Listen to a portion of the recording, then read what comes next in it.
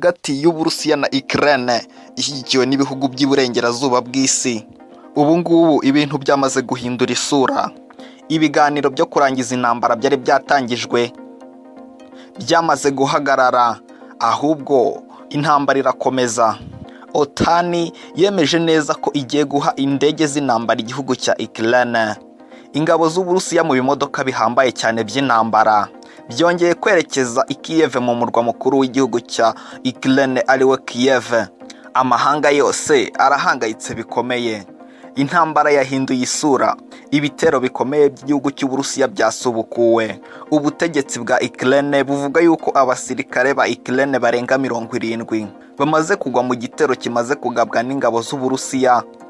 Uburusiya bwabaye nk'ubusubukura intambara, bwiyemeje kurwana inkundura ubudasubira inyuma. Nk'uko Noneho umunyamakuru Al Jazeera uri i Kiev muri Ukraine abitangaza.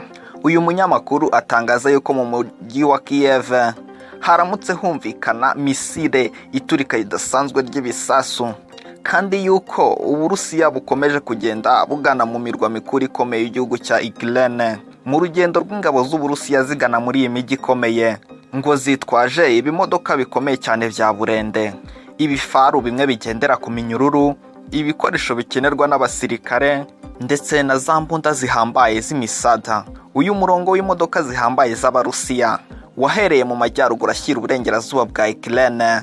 Biteganyijwe yuko urwo rugendo ruzasorezwa rwagati neza mu murwa mukuru wa Ukraine ariwo Kiev.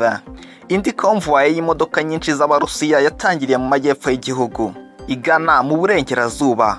Intego yabo ngo ni ukugota burundu umurwa mukuru wa Ukraine no gushyira igitutu ku bantu bose batuye mu gihugu cya Ukraine, barimo na perezida w'iki gihugu Volodymyr Zelensky. Ibyizi ngabo z'Uburusiya ziri muri Kiev byatangajwe nanone n'igisirikare cya Ukraine. Cyatangaje yuko abasirikare b'Uburusiya basubukuye ibitero byabo nyuma y'umunsi umwe bari babisubitse, kandi ngo ibyo bitero biri kwibasira cyane umurwa mukuru wa Kiev. Umugaba mukuru w'ingabo zirwanira ku butaka mu gihugu cya Ukraine yatangaje kuri Facebook yuko ibintu bikomeje gukomera ku nkengero za Kiev. Abaturage bari muri uyu mujyi bakomeje kwihisha mu nyubako ziri munsi y'ubutaka, aho bo batekereza yuko ibisasu bitabatirikana. Uyu nguyu avuga yuko nubwo umwanzi ari gutsindwa mu bitero, ariko akomeje kurekura umuriro ku ngabo ndetse n'abasivile. Yongeraho kandi ko ingabo z'Abarusiya ziri guteganya kwifatanya n'izindi ngabo zidasanzwe zo mu gihugu cya Belarusi. Amafoto y'icyogajuru yatangajwe ku wa kabiri mu gitondo na kampani ya Maxar Technology yerekanye umurongo wa kilometero 65 w'ibimodoka by'intambara by'Uburusiya byerekeza i Kiev. Aya mafoto yerekanye izi modoka z'intambara ziri hafi y'umujyi wa Kiev uri bugufi neza n'umurwa mukuru Kiev. Biravugwa n'uwitwa Maxar. Uburusiya bwatangiye uru rugendo nyuma yo gusuka ibisasu bikomeye cyane mu murwa mukuru Kiev. Perezida wa Ukraine Bwana Volodymyr Zelensky yaraye asinye inyandiko zo kwinjira mu bumwe bw'umuryango w'ubumwe bw'Iburayi zoherezwa mu Bubiligi nk'uko babitangaje kuri page ya Facebook. Gusa nanone izo nyandiko Volodymyr Zelensky yasabye zishobora gufata igihe, kubera yuko binakenera yuko buri gihugu kinyamuryango kigomba kubyemeza. Ibihugu 8 bigize uyu muryango bimaze kuvuga yuko bishyigikiye ubusabe bwa Ukraine. Intumwa z'Uburusiya n'iza Ukraine ibiganiro byazo mu gihugu cya Belarusi byabaye ku munsi wa mbere, nta kintu na kimwe byagezeho uretse kumvikana gusa ko bagomba kongera guhura mu minsi iri imbere bagakomeza ibiganiro, ariko mu by'ukuri nta kintu byatanze. Noneho ahubwo biragaragaza yuko nyuma y'ibyo biganiro Uburusiya bwatangiye ibitero byabwo nta gusubira inyuma. Ubwo izo ntumwa zari ziri mu biganiro, Abarusiya bo bari bakomeje kurasa ibisasu ku mijyi ya Ukraine nka Kharkiv na Kiev hamwe n'uwitwa Chernihiv, nk'uko perezida wa Ukraine Volodymyr Zelensky yabitangaje. Gusa uretse ibingibi Volodymyr Zelensky atangaza, Perezida Volodymyr Zelensky yasabye yuko Uburusiya buvanwa mu nama y'umutekano w'umuryango w'abibumbye. Ikigo cya Mastercard gikora ibijyanye no kwishyurana ku isi hakoreshejwe ikoranabuhanga kivuga yuko cyahagaritse transaction zose zo kwishyurana hakoreshejwe amafaranga hagati y'igihugu cy'Uburusiya n'ibindi bihugu bitandukanye. Icyo ngicyo ni kimwe mu ngaruka z'ibihano zafatiwe iki gihugu cy'Uburusiya kubera gutera Ukraine. Ayo makuru kandi yaje mu gihe Leta Zunze Ubumwe za Amerika hamwe n'ubumwe bw'Uburayi, Ubwongereza ndetse na Canada nabyo byari byafashe icyemezo cyo gufunga banki zo mu Burusiya kuba zahererekanya amafaranga mu buryo mpuzamahanga n'andi mabanki. Mu cyitwa SWIFT ni ikigo gikomeye cyane gifasha amabanki mu guhererekanya amafaranga. Muri weekend ishize abategetsi b'ubumwe bw'Uburayi batangaje ibindi bihano bishya byibasira banki y'Uburusiya. Batangaza kandi ko bagomba gufunga ikirere cy'ubumwe bw'Uburayi ku ndege zose z'Uburusiya hamwe no kugura no kohereza intwaro muri Ukraine. Ibihugu bigize uyu muryango bifite ubwoba yuko Uburusiya bushobora gufunga gaz bwoherezaga mu Burayi.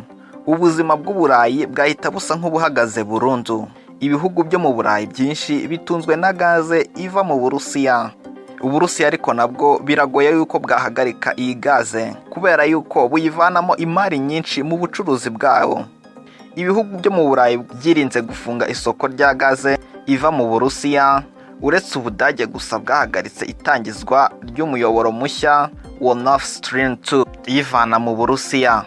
Cyakora n'ubundi ibiciro bya gaze mu Burayi byamaze gutumbagira cyane. Ibi bihano bishya bishobora gutuma Vladimir Putin afunga cyangwa se akagabanya gaz yoherezwa mu Burayi.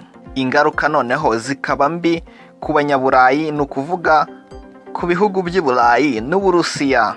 Ku rundi ruhande kandi muvoma cyangwa se impirimbanyi zishyigikiye Alexei Navalny utavuga rumwe n'ubutegetsi bwa Moscow biri guhamagarana Leta y'Uburusiya kwamagana ubutegetsi bwa Vladimir Putin kubera ibikorwa bye byo gutera Ukraine n'ubushotoranyi.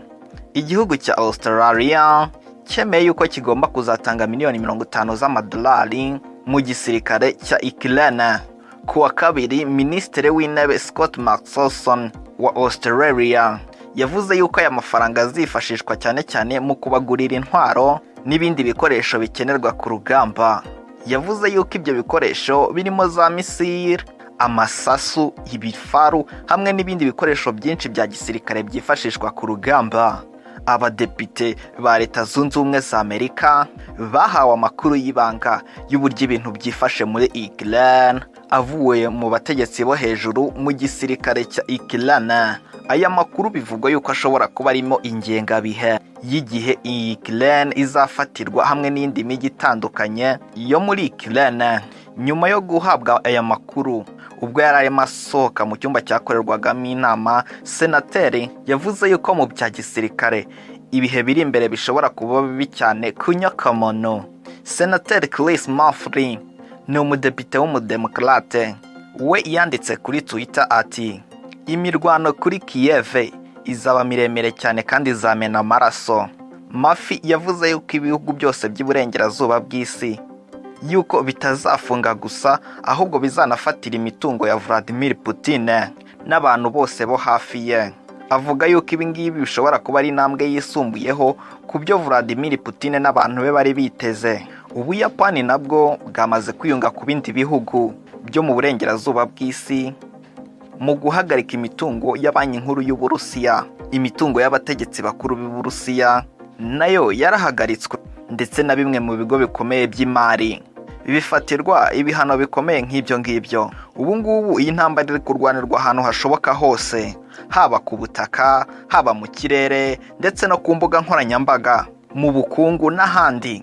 Ibigo bitunganya amafilime nka Yose hamwe na company ya Sun Pictures nabyo byahagaritse gusorera amafilime mu Burusiya. Warner Bros yahagaritse isohorwa rya filime Batman. Byari biteganyijwe yuko iyo filime izatangira gusohoka mu Burusiya ku itariki ya 3 z'ukwezi kwa 3. Naho Sun Pictures Company nayo yavuze yuko igiye guhagarika amafilime arimo nk'iyitwa Maribos Ibyo bigo bibiri byaje byiyongera ku yindi company yitwa RUSSIANKYIV nayo kuri ubu ngubu itakiri gusohora amafilime mu Burusiya. Ishyirahamwe ry'umupira w'amaguru ku isi FIFA n'ishyirahamwe ry'uyu mupira mu Burayi UEFA byatangaje yuko byahagaritse amakipe y'umupira w'amaguru yose yo mu Burusiya mu mikino mpuzamahanga, ndetse yuko Uburusiya buzahagarikwa mu gushaka itike yo gushaka kwitabira igikombe cy'isi kizabera Katari mu mwaka wa 2022. Umupira w'amaguru warangije kuvangwa muri politike, ibintu bundi bitari bisanzwe bibaho. Ibi ndetse biri no mu mahame ya FIFA yuko politiki itagomba kwivanga mu mupira w'amaguru. Reka tubibutse ko RCC Free TV mukomeje gukurikira. Niba utarakanda subscribe kuri no channel, iki nicyo gihe kugira ngo banze uyikande kugira ngo uzajye ubona update nshyashya kuri iyi ntambara y'ibiri kubera muri Ukraine. Ngiye mwumvaga nk'ibisanzwe na Rikarisa Sise, twongere mu kanya.